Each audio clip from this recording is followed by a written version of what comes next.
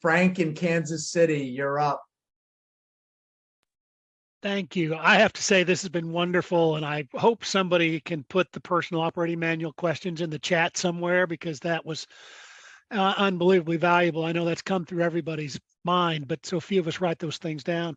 I ran a med tech incubator for 6 years, and so my experience may be a little different, but so often and I'd like for you to discuss how transitioning founders from leadership roles, because they're just not leaders. They've got tremendous technical experience. They've got great domain. They may have a tremendous network, but they're not leaders, and they can't get out of the weeds. They can't stop the tech development, and they have to turn it over to somebody who can take this small little lump of coal and turn it into a diamond. And I'd love for you to comment on your experience with that and how you were able to help shepherd, not perhaps somebody out of the company, I think that's impossible, but shepherd them into a role that's more appropriate for the long-term success of the company.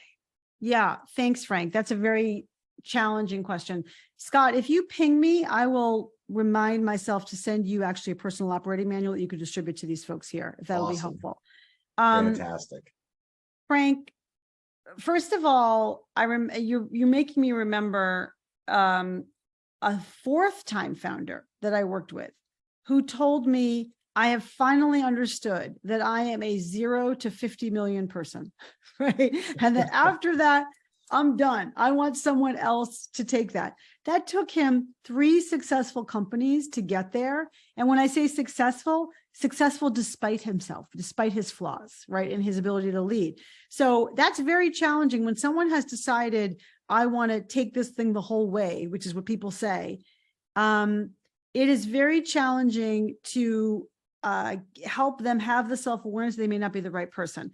But at the end of the day, what I find helpful is maintaining the vision of the company. So it's not about me. It's not about you, the CEO or the founder. It is about the sort of overall mission of the company and the vision of the company, and actually clarifying that North Star becomes very important.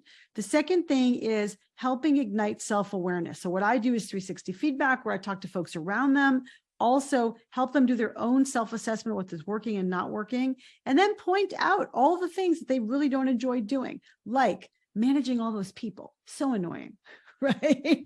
Or doing the budgets, or operating the cadence of the company, and helping them understand that actually there's someone out there who could really do that easily, plenty of people, and that the highest and best use of a founder is to be a spiritual leader, is to be a customer generator, an ambassador, is to be a creative product person, usually in a small tiger team doing sort of R&D for the future.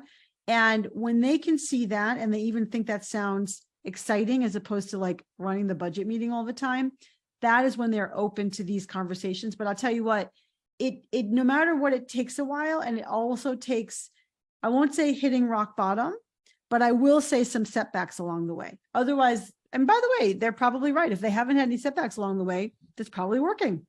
So it takes that to then ignite the self-awareness. That's great. That's very insightful. I appreciate that. You're welcome. Thank you. All right, we're going to try to get 4 questions in 4 minutes. I think we can do it. Mark in Chicago, you're